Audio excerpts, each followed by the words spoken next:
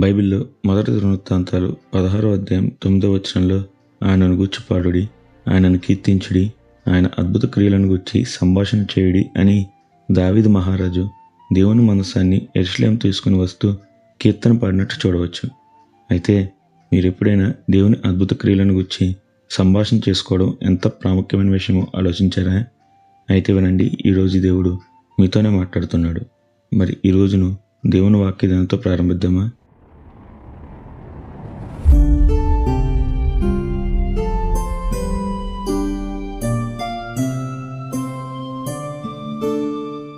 దేవుని అద్భుత క్రియలను సంభాషణ చేయడం ఎంతైనా చాలా ప్రాముఖ్యం. అవును, ఒక్కొక్కసారి ప్రజలు మనం పనిగట్టుకుని వారికి దేవుని గురించి చెప్తే బహుశా వినకపోవచ్చు. కానీ ఇద్దరు విశ్వాసులు కానీ ఒక చోటను కూర్చుని దేవుని అద్భుతాల గురించి సంభాషణ చేసుకుంటూ ఉంటే తప్పక దేవుని ఎరిగిన వ్యక్తి చెవిలోకి ఆ మాటలు వెళ్తాయి. అతడు ఆ మాటలకు ప్రతిస్పందిస్తాడు, వాటిని నమ్ముతాడు. నిజానికి సువార్త చేయడానికి వీలు పడని జనం మధ్య ఉండే రద్దీ ప్రాంతాల్లో ఇదే సువార్తకు ఒక గొప్ప మార్గం. చాలామంది ఈ రద్దీ ప్రాంతాల్లో పనికిమాలిన ముసలమ్మ ముచ్చట్లు చెప్పుకుంటారు. మరి ఎందుకని మీరు దేవుడు మీ జీవితాల్లో చేసిన అద్భుతాలను సంఘాల్లో, సమాజాల్లో అంతెందుకు ఎప్పుడు కుదిరితే అప్పుడు సాధారణ విషయాలు గాక వాటిని మాట్లాడుకోకూడదు? నమ్మండి, ఈ సంభాషణ మీలో ఆనందాన్ని, విశ్వాసాన్ని రెట్టింపు చేయడమే కాదు, ఇతరులకు మంచి సాక్ష్యంగా పనికొస్తుంది. బైబిల్లో లూకా సువార్త 8వ అధ్యాయం 41 నుంచి 56 వచనాల మధ్య యాయీరు అనే ఒక సమాజపు మందిరపు అధికారి వృత్తాంతం ఉంటుంది. ఇతడు ఒక పరిసయ్యుడు. మీకు తెలుసా, శాస్త్రులు పరిసయ్యులు యేసయ్యను ఎంతగా ద్వేషించారో? అటువంటి గుంపులో వ్యక్తి, అటువంటి సమాజానికి అధికారి అయిన వ్యక్తి ఒకరోజు తన 12 సంవత్సరాల కుమార్తె చావ సిద్ధమై ఉంటే వచ్చి యేసయ్య పాదాలపై పడ్డాడు.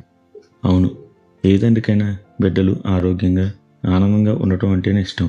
వారికి బాగాలేదు అంటే అతనికి నిద్ర పట్టదు. అలాంటిది ఇప్పుడు తన కుమార్తె చావ సిద్ధమై ఉంది. అందుకే దేవుని అద్భుతాలను గురించి జనులు సంభాషించుకుంటుంటే ఇతడు విని ఉంటాడు. నేరుగా యేసయ్యపై నమ్మకంతో ఆయన పాదాలను ఆశ్రయించాడు. అయితే దేవునికి తెలుసు అతని విశ్వాసం బాగానే ఉంది, కానీ అతనికి ఇంకా విశ్వాసం కావాలని. ఎందుకంటే ఆ తర్వాత ఆ యాయీరు కుమార్తెకు ఏం సంభవించనై ఉన్నదో యేసయ్యకు తెలుసు. అందుకే దారిలోనే 12 సంవత్సరాల నుంచి రక్తస్రావ రోగం గల స్త్రీని స్వస్థపరిచాడు.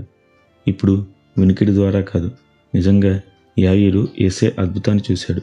అందుకే అతని విశ్వాసం స్థిరపడింది. వెంటనే అతని కుమార్తె చనిపోయింది అన్న వార్త వచ్చింది. అయితే యేసయ్యకు ఈ విషయం ముందే తెలుసు. అందుకే యాయీరుతో అంటున్నాడు, భయపడవద్దు, నమ్మిక మాత్రం ఉంచు, ఆమెను తప్పక స్వస్థపరుస్తాను అని. అన్నట్టే యేసయ్య ఆ చిన్నదాన్ని బ్రతికించాడు. యాయీరు విశ్వాసాన్ని బలపరిచి అతని జీవితంలో అద్భుతం చేశాడు.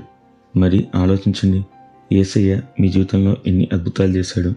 వాటన్నిటినీ వీలు దొరికినప్పుడల్లా మీ మిత్రులతో, విశ్వాసులతో సంభాషిస్తున్నారా? లేదా లోక వార్తలతోనే సరిపెడుతున్నారా? గుర్తుపెట్టుకోండి, మీ సంభాషణలే అనేక మందిని యాయీరులా యేసయ్య వద్దకు తీసుకుని వస్తాయి. వారి జీవితాల్లో అద్భుతాలు చేస్తాయి. అట్టి గొప్ప ధన్యత దేవుడు మనందరికీ దయచేయనుగాక.